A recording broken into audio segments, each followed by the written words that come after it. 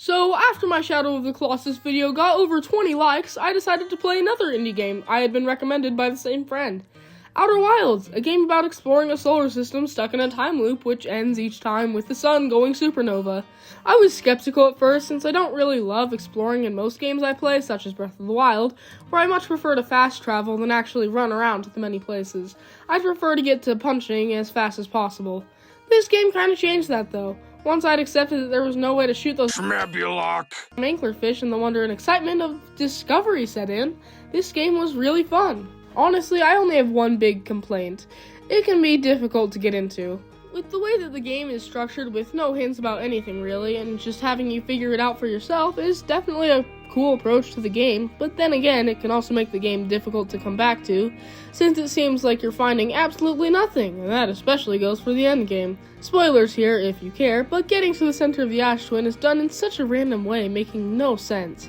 You have to go to the tallest set of towers on the Ash Twin, wait for the sand pillar to come through, and hop on one of the 2 warp panels.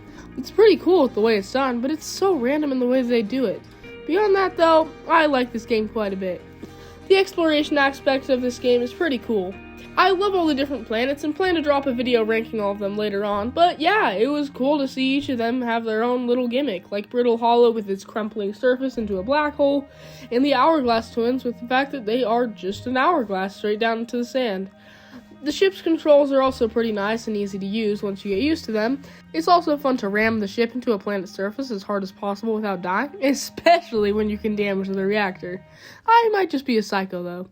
The discovery aspect of this game is probably the strongest part besides the ending, which is a good thing since that's what this whole game is based around. Sure, it can be really slow, but the satisfaction you can get from figuring something out, such as finding the mothership in Dark Bramble, is great. With it all coming together, it was a magnificent feeling to finish the game. A lot of what makes this game special, though, is how different it is from everything else. There's no tutorial besides what you choose to do on Timber Hearth. I mean, I did nothing and chose to learn by drifting off into space with no idea what I was doing, but after like 1 or 2 tries, I survived long enough for the sun to go supernova. The game lets you learn what you're supposed to do, rather than bash you over the head with the information of how you're supposed to do it. There's no specific order that you're supposed to do it in either. It is truly an open world done correctly. Everything comes together at the end without you having to do this task first, then this task, then this task. I think my favorite part of this game, though, is who you interact with. The travelers you meet along the way. They're very endearing and their camps are nice and cozy. Just little breaks in your journey where you can sit back and chill while roasting marshmallows and listening to your music. The fact that they come together at the end is fun too. I love their unique personalities too, to the point where I can imagine them all with distinct voices. I'd say that Gabbro's my favorite for sure, and Esker's my least favorite, counting out Solanum and that guy from Echoes of the Eye. I only like Esker the least because there's the least to him, which kinda sucks, but he's pretty much just a starter guy, so there's not meant to be that much to him. As I mentioned before though, the ending of this game is easily the best part. Once again, spoilers obviously, but you can skip to here to avoid those.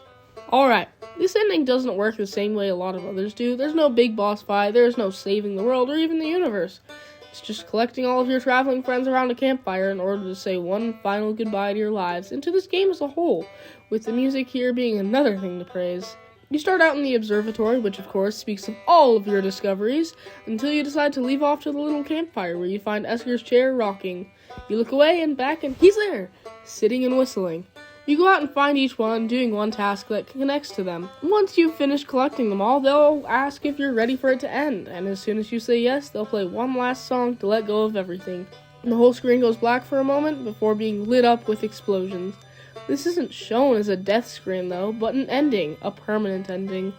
Honestly, I don't think they could have done this any better, and this time there was no giant gorilla to piss me off beforehand. So yeah. This game is fantastic in almost every way, and yes, I'm using its soundtrack as the background music of this video. If you need a video game to play that's one breath of fresh air compared to all the AAA games, this is a pretty darn good one to start out with. I should have a Planet ranking going up in 2 or 3 weeks, so tune in for that, and yeah, thanks for watching and supporting my channel.